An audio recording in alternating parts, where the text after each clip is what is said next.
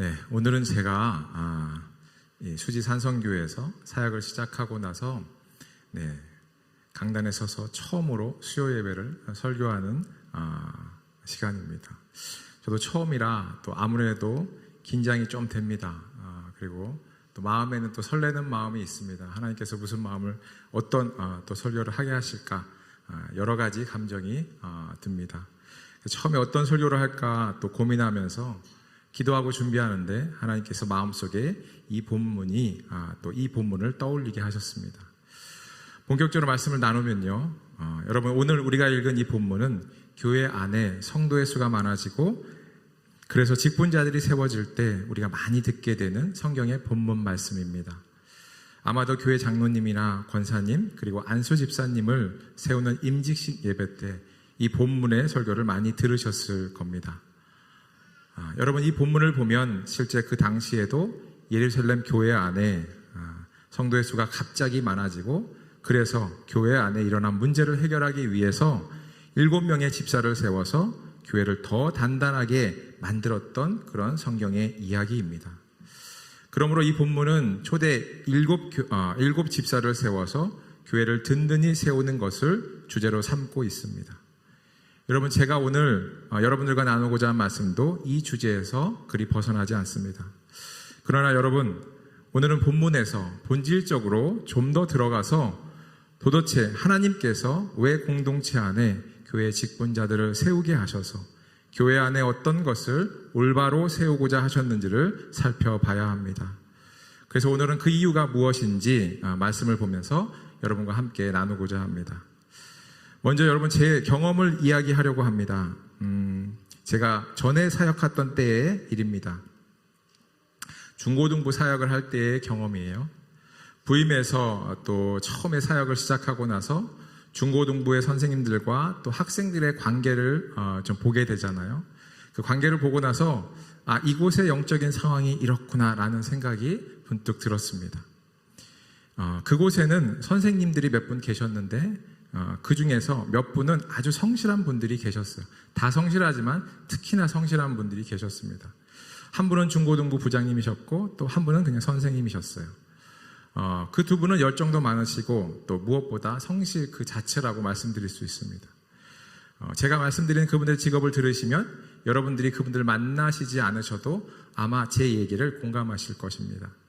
두 분의 직업은 한 분은 20년 된 이상 5급 공무원이셨어요.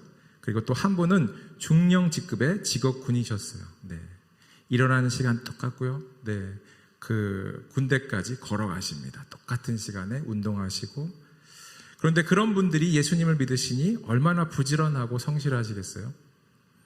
제가 함께 또 한 2년의 시간 동안 함께 지켜봐도 그분들을 지켜봐도 정말로 성실하셨습니다. 매 주일 아침 가장 먼저 중고등부 부서에 오셔서 예배당 안에 청소를 다 해주셨습니다. 분리수거도 해주시고 또 청소기를 돌리시고 또 걸레를 빨아다가 마포로 마대질도 해주시고 또 의자도 정리해 주십니다. 의자를 정리할 때 군인이기 때문에 오하열이 정말로 잘 맞습니다. 그것만 봐도 제 사역자로서 기분이 아주 뿌듯합니다. 기분도 좋고요. 사역자 입장에서 보면 정말 감사한 일입니다. 그런데 이 두 분은 학생들에게 이런 기본적인 예절, 본인들이 하고 계신 이런 기본적인 예절부터 그들에게 가르쳐야 한다고 생각을 가지고 계셨어요. 여러분 이분들의 생각이 틀린 얘기는 절대 아닙니다. 맞습니다. 그래서 이 두 분은 연초에 새롭게 선출된 임원 학생들을 불러서 그 얘기를 분리수거와 청소를 가르치기 시작하셨어요. 실행을 계속해 나가셨죠. 여러분 선생님의 생각대로 대표로 뽑은 이 학생들의 반응이 어땠을까요? 선생님들의 계획대로 학생들이 순순히 순종하고 따랐을까요? 제가 본 임원 학생들의 반응은 이랬습니다. 선생님이 주시는 분리수거함은 받습니다. 임원이잖아요. 받습니다. 그럼 선생님이 안 보이는 그 모퉁이를 돌아가면 바로 놓고 자기 길 갑니다. 그리고 선생님이 이제 걸레와 빗자루를 집어줍니다. 그럼 그 자리에서는 또 이제 하는 척을 합니다. 그런데 선생님이 또 다른 일을 하시려고 눈에 안 보이면 친구들이 막 불러요. 막 나 집에 가야 돼. 막 가자. 우리 가자 했잖아. 막 이러면 놓고 가버립니다. 제가 가만히 지켜보니 학생들의 생각과 반응은 이랬습니다. 왜 나만 이런 허드렛 일을 해야 해? 라는 생각이 강하더라고요. 네. 아마 친구들 보기에 그렇게 멋있어 보이지 않아서 그랬던 것 같습니다. 이 광경은 그 또래 학생들에게 우리가 일반적으로 볼 수 있는 모습입니다. 아직 어리니까요. 그런데 여러분들은 이런 상황들이 어떻게 느껴지시나요? 저는 이 광경을 보고 이렇게 생각이 들었습니다. 이건 선생님들과 또 학생들의 소통과 관련된 문제만이 아니다라는 생각이 들었습니다. 또 그리고 학생들이 선생님들의 말씀에 순종하지 않는 태도의 문제만도 아니다라는 생각이 들었습니다. 이것은 바로 중고등부 부서의 전체 영적 분위기다라는 생각이 저에게 들었습니다. 그래서 이 문제를 놓고 기도했습니다. 이렇게 기도할 때 하나님이 주인 되시고 또 성령님께서 우리 안에 각 사람의 마음에 그 마음을 지도해 주셔야 한다는 생각이 들었습니다.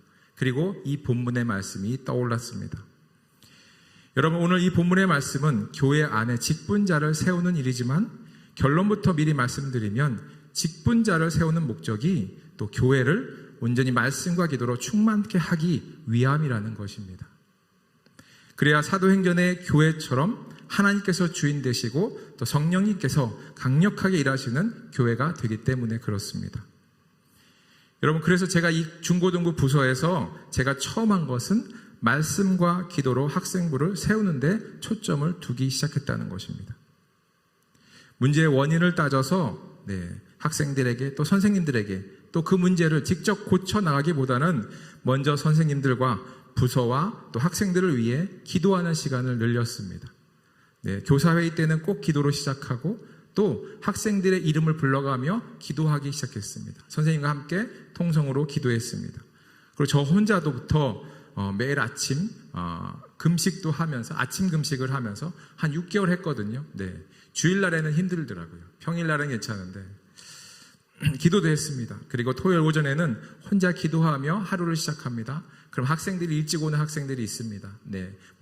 반주를 연습하기 위해서 그럼 그 친구들과 함께 또 강요하지 않습니다. 한치 기도할래? 하면 처음에는 안 하지만 5분이라도 3분이라도 와서 무릎은 꿇습니다.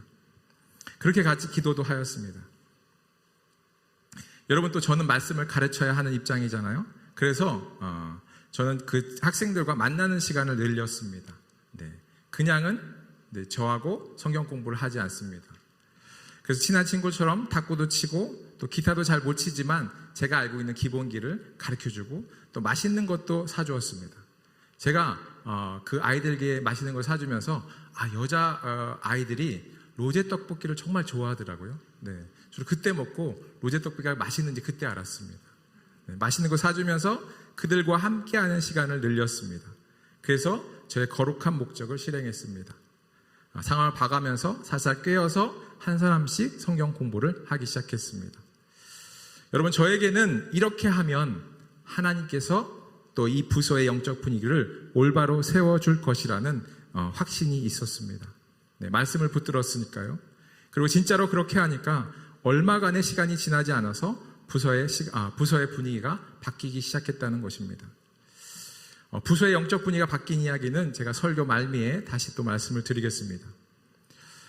제 얘기는 여기까지 하고 본격적으로 말씀을 통해서 왜 교회에 필요한 본질은 왜 말씀과 기도일까, 또 기도인지 여러분들과 말씀을 나눠보겠습니다. 오늘 예루살렘 교회에 어떤 상황이 벌어졌는지 우리가 살펴보면 1절에 나와 있습니다. 우리 1절을 한번 읽겠습니다. 시작.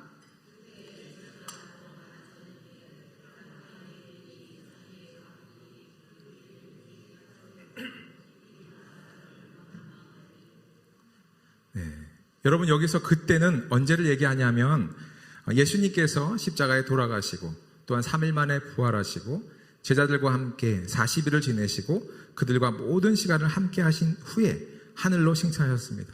그리고 그러시면서 이렇게 말씀하셨습니다. 성령님을 그들에게 보내시겠다고 말씀하셨습니다. 그런데 예수님의 말씀대로 진짜 마가의 다락방에서 기도하던 자들에게 성령님께서 강림하시는 그런 엄청난 일이 벌어졌습니다. 그래서 마가의 집에서 기도하던 베드로를 포함한 120명의 사람에게 불같은 성령의 세례가 부어졌죠. 여러분, 그리고 이들은요, 강력하게 성령의 능력을 덧입고 나서 담대히 복음을 전하기 시작했다는 것입니다. 사도행전 2장과 또 3장이 베드로의 설교를 보면 우리가 알던 예전의 베드로가 절대 아니라는 것입니다. 베드로가 전하는 복음적 설교에는 전과 다르게 힘과 능력이 생겼습니다. 그래서 그의 설교를 듣는 자들이 한 번에 3,000명씩 또 5,000명씩 회심하는 자들이 발생했다는 것이죠. 여러분, 그래서 예루살렘 교회는 이렇게 성령의 임재로 교회 안에 강력한 복음의 능력이 나타나면서 그 수가 점점 불어나기 시작했습니다. 이렇게 성령의 능력을 입고서 예수 믿는 자들이 교회 안에 많아져서 좋긴 했지만 그런데 교회 안에 갑자기 사람들이 많아지다 보니 문제가 생기기 시작했습니다. 많은 곳에, 사람이 많은 곳에 꼭 문제는 생겨나기 마련입니다. 교회라고 예외는 결코 아닙니다, 여러분. 우리는 부족하고 또 연약한 존재들이기 때문에 늘 문제가 따라다닙니다. 또한 교회 시스템도 갖춰져 있지 않는 초기였기 때문에 수가 갑자기 많아지다 보니 여러 가지 문제가 발생을 한 것이죠. 특히나 오늘 1절 말씀에서 보시면 교회 안에 어떤 문제가 일어났냐 하면 출신 지역 간의 갈등을 포함한 구제의 문제가 일어났다는 것입니다. 출신 지역 간의 갈등을 포함하고 있다는 것에 또 생각해 봐야 합니다. 교회 안에 들어온 사람들의 또 교회 안에 들어온 사람들의 면면을 살펴보면 이렇습니다. 크게는 교회 안에는 이방 지역에 살다가 또 그곳을 떠나와서 이곳에 교회 안에 들어온 헬라파 사람들이 있었습니다. 지금의 사람으로 따지면 이민을 갔다가 온 사람들이겠죠. 그래서 왜냐하면 이런 사람들은 오순절이 되어서 이방 땅에 흩어져 살던 사람들이 명절이 되어서 하나님께 제사를 드리러 예루살렘 성전으로 왔기 때문에 그렇습니다. 여러분, 이들은 주로 헬라어를 사용했습니다. 히브리어를 못하는 사람도 꽤 많았습니다. 반대로 유대 지역 안에서 살면서 히브리 언어만 사용하는 미국이나 또 일본이나 나가본 적이 없습니다. 외국은 나가본 적이 없고 오직 그 유대 그 지역 안에서만 살던 히브리파 사람들도 있었습니다. 이들이 바로 교회 안에서 주류를 이루고 있었습니다. 그리고 이 히브리파 사람들은 헬라파 유대인들에 대해서 배타적 감정과 우월감을 가지고 있었습니다. 여러분, 지금도 우리들에게 조금 있습니다. 근데 외국에서 살다 온 사람과 또 국내에서만 있던 사람들 괜히 또 이상하게 생각하는 그런 게 있잖아요. 유대인들은 더했습니다. 그래서 시간이 지나자 이 두 부류 간에 문제가 발생을 한 겁니다. 헬라파 과부들과 또 히브리파 과부에게 구제 물품을 전달하는 그런 과정 속에서 히브리파 과부에게만 구제 물품이 쏠리는 현상이 발생을 한 겁니다. 여러분, 이 문제는 교회 안에서 충분히 발생할 수 있는 문제입니다. 사람이 하는 일이니까요. 그런데 심각한 것은 이렇게 발생된 문제를 가지고 헬라파 사람들이 자신들과 같은 처지의 헬라파 과부들이 소외당하는 것을 봤다는 것이죠. 그리고 상대방, 히브리파 사람들을 원망하는 일이 발생하기 시작했다는 것입니다. 여러분, 교회 안에 이런 원망과 불평은 정말 큰 문제를 일으킬 수 있습니다. 왜냐하면 이 문제를 통해서 사단이 그들의 마음을 가지고 교회가 하나 되지 못하게 만들어 버린다는 것입니다. 그리고 결국에는 교회가 깨어지도록 만들어 버리기 때문에 그렇습니다. 그러므로 원망과 불평은 교회 안에서 절대 일어나지 말아야 하는 문제이고 또 일어나서라도 또 키워져서는 안 되는 문제라는 것입니다. 다시 말씀드리면 구제의 문제가 원망과 불평을 일으켜서 교회의 영적인 문제로 번졌다는 것입니다. 여러분, 이 공동체는 어떻게 시작했냐 하면 그 출발이 이랬습니다. 성령의 강한, 성령 세례의 강한 경험과 함께 이 시작된 이 교회 공동체는 이제까지 자신들이 가지고 있던 물건을 한 마음으로 또 한 뜻을 가지고 서로 통용하며 지내던 그런 공동체였다는 것입니다. 그런데 갑자기 수가 불어나니 세상적인 감정싸움과 같은 것이 교회 내부에서 벌어지기 시작했다는 것이죠. 사랑하는 성도 여러분, 만약에 우리 안에 이러한 문제들이 생긴다면 우리는 어떻게 해결을 해야 될까요? 먼저 우리의 경험을 가지고 또 보통의 입장에서 해결책을 찾아보겠습니다. 아마도 세상적인 방법으로 이렇게 접근해 볼 수도 있습니다. 첫 번째로는 이렇습니다. 과부들에게 생활에 필요한 물품을 전달하는 과정에서 생긴 문제입니다. 그래서 이것을 아주 잘 처리하는, 공정하게 똑같이 나누어서 또 분배를 잘하는 사람을 찾아서 전달자로 세우면 된다는 것입니다. 아마도 이렇게 하면 나누는 것이 좀 정확해지니 더 이상은 분배 문제로 교회가 어려움에 처하지 않게 될 수 있습니다. 여러분, 우리 주변에서 일어나는 일을 잘 보시면 바로 이런 식으로 문제를 해결하곤 합니다. 또 두 번째 해결 방법은 팔은 안으로 굽는다고 말들 하죠. 이 문제는 이제껏 히브리파 사람들이 교회의 주류를 이루어서 살았기 때문에 자신들이 속한 히브리파 과부들에게 구제물품을 더 주어서 생긴 문제들입니다. 그래서 이제는 형평성 차원에서 헬라파 출신 사람들을 좀 더 세우는 것입니다. 그래서 균형을 맞추는 것입니다. 그러면 감정적인 문제가 좀 더 생기지 않고 줄어들 수 있다는 것입니다. 여러분, 이것도 세상에서 많이 사용하는 방법입니다. 억울한 사람들의 마음을 좀 달래면서 문제를 해결해 나가는 것이죠. 이 두 가지 방법은, 여러 가지 방법이 있겠지만 말씀드린 두 가지 방법은 경제적으로 또 정치적인 것을 고려함으로 문제를 푸는 그런 해결책들입니다. 그리고 우리가 사는 세상에서 바로 이런 방법들을 더 고도화시켜서 우리가 신문이나 또 뉴스를 보면 더 많이 고도화시킵니다. 더 많은 복잡한 방법으로 이렇게 문제를 해결하곤 합니다. 그런데 여러분, 이런 방법으로 과연 예루살렘 교회가 지금 당면한 그런 문제들을 해결할 수 있을까요? 당연히 해결할 수 없습니다. 말씀드린 위의 방법들을 가지고는 일시적으로 문제 해결을 볼 수는 있습니다. 그러나 본질적으로는 교회에 일어난 근본적인 문제들을 해결할 수 없다는 것이죠. 그러면 여러분, 말씀 속에서, 우리가 읽은 말씀 속에서 과연 하나님께서는 어떻게 이 문제를 해결하길 원하시고 하나님의 사람들인 제자들은 어떻게 이 문제를 해결하라 했는지 잠깐 보겠습니다. 우리 2절과 3절을 읽어보겠습니다. 시작.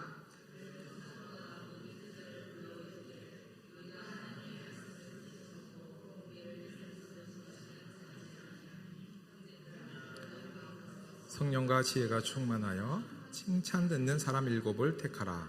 우리가 이 일을 저희에게 맡기고.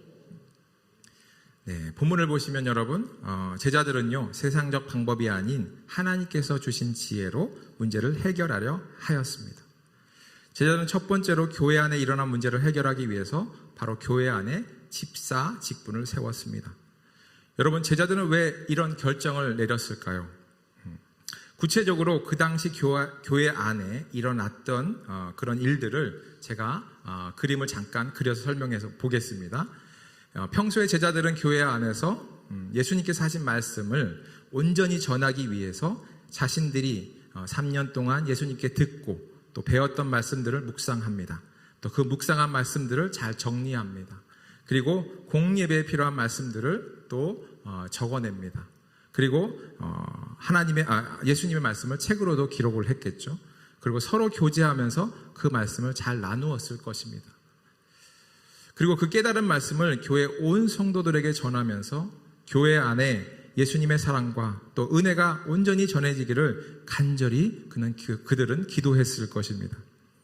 여러분, 이것이 평소에 제자들이 일하는 또 제자들이 사역하는 예루살렘 교회의 사역의 형태이고 모습이었을 것입니다.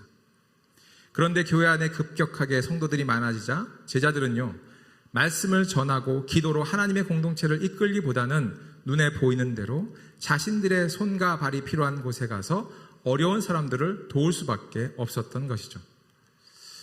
여러분, 잘 생각해 봐야 합니다. 구제하는 일도 분명 하나님께서 좋아하시고 기뻐하시는 일입니다. 그러니 제자들도 팔을 걷고 도왔던 것이고요. 하지만 제자들은 하나님이 원하시는 선을 행하는 구제를 하긴 했습니다만 교회가 원망과 또 분열이라는 큰 문제를 가질 수밖에 없게 되자 또 그들의 생각은 바뀌었다는 것입니다. 제자들은 바로 리더들을 소집했습니다. 그래서 교회 안에 집사를 뽑게 했습니다. 그리고 그들에게 온전히 구제하는 일을 전담하게 하고자 제안을 했습니다. 그리고 성도로 하여금 7명의 집사를 택하여 선출하도록 했습니다.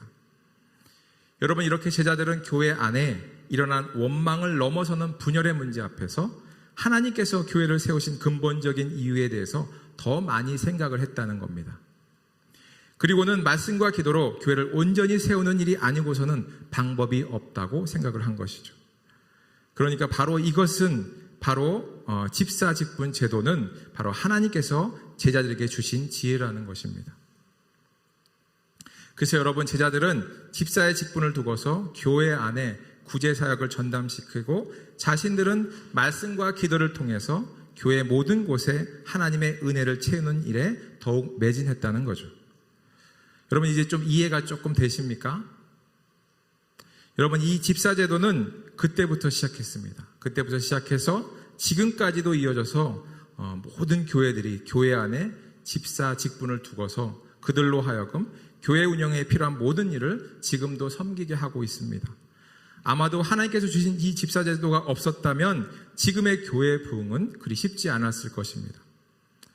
여러분, 결과적으로 보면요, 제자들이 회의를 통해서 또 결정한 대로 공정하게 성도들이 택하여 뽑은 집사들이 구제를 전담했습니다.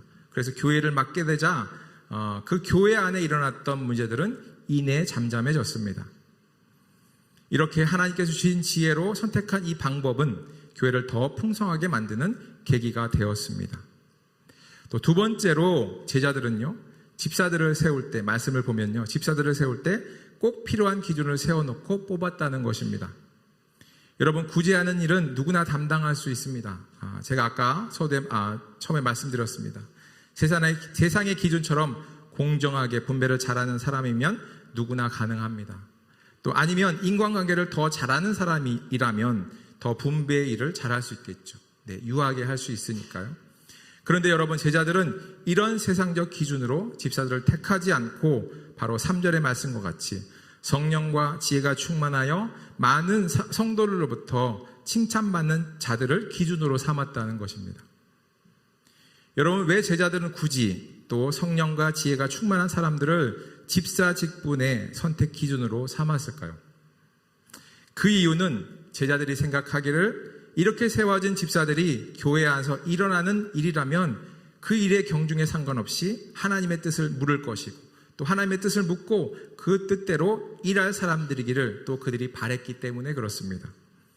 그래서 사람의 온정에 따라 일하는 자가 아니고 하나님의 공의를 따르고 또 예수님의 사랑으로 일하는 사람이 필요했고 또한 자신의 이익을 도모하여 일하는 사람이 아닌 오직 하나님의 나라를 구하는 일에 힘쓸 자를 선택하려 했다는 것입니다. 여러분, 지금도 우리는 교회 직분자들을 세울 때 세상적 기준이 아닌 하나님의 기준, 성경의 기준으로 직분자들을 뽑고 있습니다. 절대로 재물이 많다고 뽑지 않습니다. 또 세상적 명예가 높다고 해서 교회 직분자들을 함부로 세우지 않습니다. 자, 이제 본문으로 돌아와서요. 또 제자들은 자신들이 세운 기준대로 또 성령과 지혜가 충만하여 그 모습 때문에 많은 사람들에게 인정받는 사람들을 세워서 구제 사역을 담당하게 했습니다.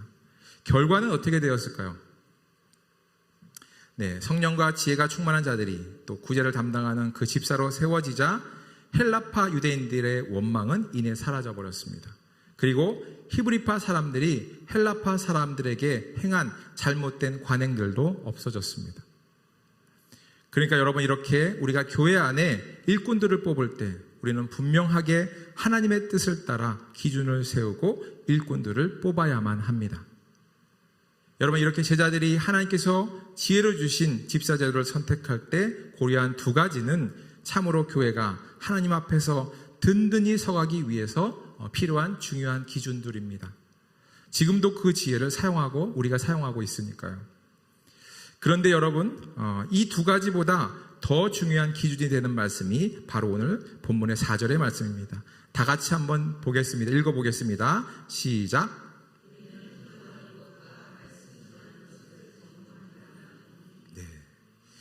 4절의 말씀을 보시면 제자들은 교회 모든 곳을 말씀과 기도로 세워서 교회를 더 튼튼히 할 목적으로 바로 이 집사제도를 택했다는 것입니다. 다시 말해서 제자들은 하나님께서 원하시는 교회의 모습은 바로 말씀과 기도로 세워지는 교회이고 또 이것을 바로 세우는 것으로 집사제도를 활용했다는 것에 우리는 거기에 초점을 두어야 합니다. 구체적으로 어떻게 교회 모든 곳에 말씀과 기도로 세워지는지 예루살렘 교회에서 일어난 일들을 가지고 제가 더 깊이 그림을 그려보겠습니다. 말씀드렸다시피 과부 간에, 헬라파 과부와 히브리파 과부 간에 생긴 분배의 문제이고, 또 그 안에는 지역 출신 간의 감정의 문제까지 또 품고 있는 것이었습니다. 그래서 여러분, 제자들은 이 문제를 1차원적으로 드러난 문제 해결에만 목적을 두지 않았습니다. 그들은 이 문제를 바로 교회 안에서 말씀을 전하고 기도로 이끌어야 하는 자신들의 문제로 보았다는 것이죠. 그래서 그들은 집사들을 세우고 바로 하나님의 말씀을 묵상하며 교회 안에 필요한 말씀을 전하기 시작했습니다. 그리고 다양한 출신들의 사람들 때문에 많은 이해관계가 얽혀 있을 수밖에 없는 그 상황들을 놓고 기도하기 시작했습니다. 그래서 하나님 앞에 온전히 나아가서 그분의 뜻을 온전히 묻고 온전히 깨닫고 또 하나님께 주신 그 말씀대로 모든 성도들에게 하나님의 말씀을 능력 있게 전하자 마음에 섭섭함이 있던 헬라파 과부들의 마음이 위로를 받았습니다. 그리고 히브리파 사람들을 용서해주는 너그러운 마음까지 가지게 되었습니다. 그리고 히브리파 사람들 입장에서 보면 그 히브리파 사람들도 말씀을 듣고 함께 기도할 때 자신들이 헬라파 사람들을 차별하여 대우했던 일들을 회개하기 시작했다는 것입니다. 여러분, 이뿐만이 아닙니다. 성령 충만한 집사들을 세웠기 때문에 이들도 제자들의 말씀에 성령의 능력이 가득한 말씀을 듣자 더 힘을 내어서 또 하나님의 사랑을 가지고 교회 곳곳에 일을 하기 시작합니다. 그리고 단순히 행정적인 그 구제의 일만 하는 것이 아니라 기도하면서 또 말씀을 붙들면서 하나님의 사랑의 마음으로 하니 하나님의 영이 늘 함께하여서 능력이 발휘되는 것은 이제 이 교회 안에 어색한 일이 아니었습니다. 그래서 이제는 집사들로부터 도움을 받던 과부들이 오히려 집사님들에게 이렇게 얘기합니다. 집사님들의 수고에 감사의 말을 하고 또 격려하고 또 그들을 칭찬하기 시작합니다. 여러분, 제자들이 말씀과 기도로 교회를 세우자 교회 안의 모든 것이 하나님의 은혜로 채워지는 것이 느껴지십니까? 여러분, 이 얘기는 제가 이러한 일들이 있을 것이라고 추측한 것입니다. 하지만 분명히 교회 전체가 말씀과 기도로 세워질 때 성령의 역사로 일어난다는 사실입니다. 믿으십니까? 네. 여러분, 직분자들을 세우는 것은 교회 내에서 이 직분자를 세우는 것은 분명히 중요합니다. 네. 예수 그리스도의 몸된 교회를 세우는 것이니까요. 그리고 직분자를 세우는 것뿐만 아니라 교회 여러 가지 행사를 통해서 또 교회 안에 활발한 교제가 일어나게 하고 또 하나님의 선한 사업을 하는 것도 분명히 중요합니다. 네. 하나님의 이름을 높이는 일이니까요. 그런데 여러분, 우리는 이러한 일을 하는 목적을, 이러한 일을 하는 데 있어서의 그 최종 목적을 절대 잊어서는 안 된다는 것입니다. 교회 안의 모든 일의 최종 목적은 바로 말씀과 기도로 교회 모든 것을 세우기 위함이어야 한다는 사실입니다. 여러분, 교회 전체가 말씀과 기도로 세워지는 것을 목적으로 하면요, 그 교회는 어떤 일이 생기더라도 절대 넘어지지 않습니다. 때로는 세상 사람들로부터 박해를 받을지언정 나중에는 그것을 넘어서서 더 큰 생명력 있는 능력을 세상에 전하게 된다는 것입니다. 사도행전 말씀을 보시면 예루살렘 교회는 이 일 이후에 바로 이렇게 더 성장하고 변해갔습니다. 7장에 보시면, 사도행전 7장에 보시면 스데반 집사가 돌에 맞아 죽고 또 동시에 교회에 더 큰 박해가 일어났습니다. 하지만 교회는 그것으로 위축되지 않았습니다. 오히려 유대와 사마리아 땅끝까지 가서 능력 있는 복음을 전하는 교회로, 그리고 무엇보다 생명력 넘치는 모습을 유대의 모든 곳에 보여주었다는 것입니다. 여러분, 이러한 이들은 바로 교회에 일어난 문제 해결을 위해서 먼저 말씀과 기도로 교회를 세우고자 뜻을 정했기에 일어난 일들입니다. 그렇기 때문에 우리는 어떤 일이든지 우리 안에 말씀과 기도로 충만해서 교회 안에 하나님의 은혜가 고루고루 흘러가도록 해야 한다는 것입니다. 그리고 말씀과 기도로 교회의 본질을 바로 세우면 그 다음에는 성령님께서 우리를 도우셔서 교회를 성령의 능력이 충만한 교회로 이끌어 가시고 또 우리는 그 안에서 참된 기쁨과 또 평안과 또 복음의 능력을 늘 경험하며 살아가게 될 것이란 것입니다. 믿으십니까, 여러분? 여러분, 끝으로 제가 서두에 말씀드린 제 얘기로 마무리하겠습니다. 제가 맡은 이 중고등부 부서에서 제가 먼저 하나님의 주신 감동대로 먼저 기도로 일으키고 말씀을 더하였더니 진짜로 변하지 않을 것 같았던 학생들이 변하더라고요. 임원이었던 학생들이 이제는 알아서 주일 아침 일찍 옵니다. 일찍 와서 그 부장 선생님이 하시고 계시는 청소기를 뺏어서 자기가 하기 시작합니다. 임원이기 때문에 하는 것이 아닙니다. 이제는 그 학생에게 선생님의 수고가 눈에 들어온 것입니다. 그리고 자신도 그 선생님의 사랑을 깨달은 것입니다. 그리고 선생님들을 그들도 예수님의 이름으로 사랑하기 시작한 것입니다. 여러분, 누가 강제적으로 절대로 시킨 일이 아닙니다. 제가 한 번도 너 좀 해라고 한 적 없습니다. 여러분, 한 사람이 하니까 또 한 사람씩 그게 늘어나더라고요. 전염되더라고요. 학생뿐만이 아닙니다. 선생님들도 학생들을 바라보는 방식이 바뀌었습니다. 가르치는 입장만이 아니라 온전한 예수님의 사랑으로 학생들을 바라보기 시작했다는 것이죠. 학생들도 임원들도 그것을 느낀 것이죠. 그리고 여러분, 이렇게 부서 안에 말씀과 기도로 세워져서 그들 안에 성령님의 기쁨과 또 평안함과 예수의 사랑이 가득해지니, 예수님의 사랑으로 가득해지니 저절로 수적인 부흥도 일어났습니다. 물론 아이들과 함께 전도잔치도 하고 여러 가지 행사를 했습니다. 근데 그때도 아이들이 친구들을 전도해 오지만 평소에도 자기가 기분이 좋으니, 기쁨이 넘치니 자기가 좋아하는 친구, 사랑하는 친구들을 데려오더라고요. 성령님이 하시는 일은 이렇게 정말 우리의 생각을 뛰어넘습니다. 여러분, 교회만이 아닙니다. 가정도 마찬가지입니다. 가정도 말씀과 기도로 세우기 시작하면 하나님 안에서 올바로 세워지는 기적이 우리에게 일어납니다. 우리 가정에 일어납니다. 여러분, 개인의 신앙도 마찬가지입니다.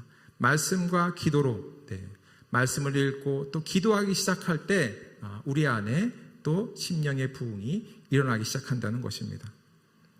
사랑하는 성도 여러분, 개인 또 가정, 교회 모두 하나님 안에서 이렇게 오늘 말씀처럼 말씀과 기도로 바로 세워져 가시는 이런 은혜의 역사가 저와 여러분들에게 가득하시기를 주님의 이름으로 축복을 드립니다. 우리 함께 기도하길 원합니다. 여러분, 들으신 말씀처럼 말씀이 우리 안에 살아나야 합니다. 하나님의 주신 우리의 말씀, 그 말씀이 온전히 살아나야 합니다. 말씀을 통해서 하나님께 더 가까이 가고 그분의 세밀한 음성을 들어야 합니다. 나에게 무슨 말씀을 하시는지, 우리 가정에 무슨 말씀을 하시는지, 우리 교회에게 필요한 말씀이 무엇인지 우리가 그 세밀한 음성을 들어야 합니다. 또 그리고 그 말씀의 역사가 우리 안에서 일어나서, 가정 안에서 일어나서, 교회 안에서 온전히 일어나서 우리가 일어나도록 또 기도해야 합니다. 또 우리가 온전히 그 말씀을 붙들고 또 그렇게 기도할 때 우리가 마가의 다락방의 그들처럼 우리의 마음이 뜨거워질 수 있습니다. 우리 이런 신앙의 모습을 갖게 해달라고 또 본문의 말씀처럼 다 같이 한 목소리로 기도하시겠습니다. 기도하겠습니다. 하나님 아버지 감사합니다.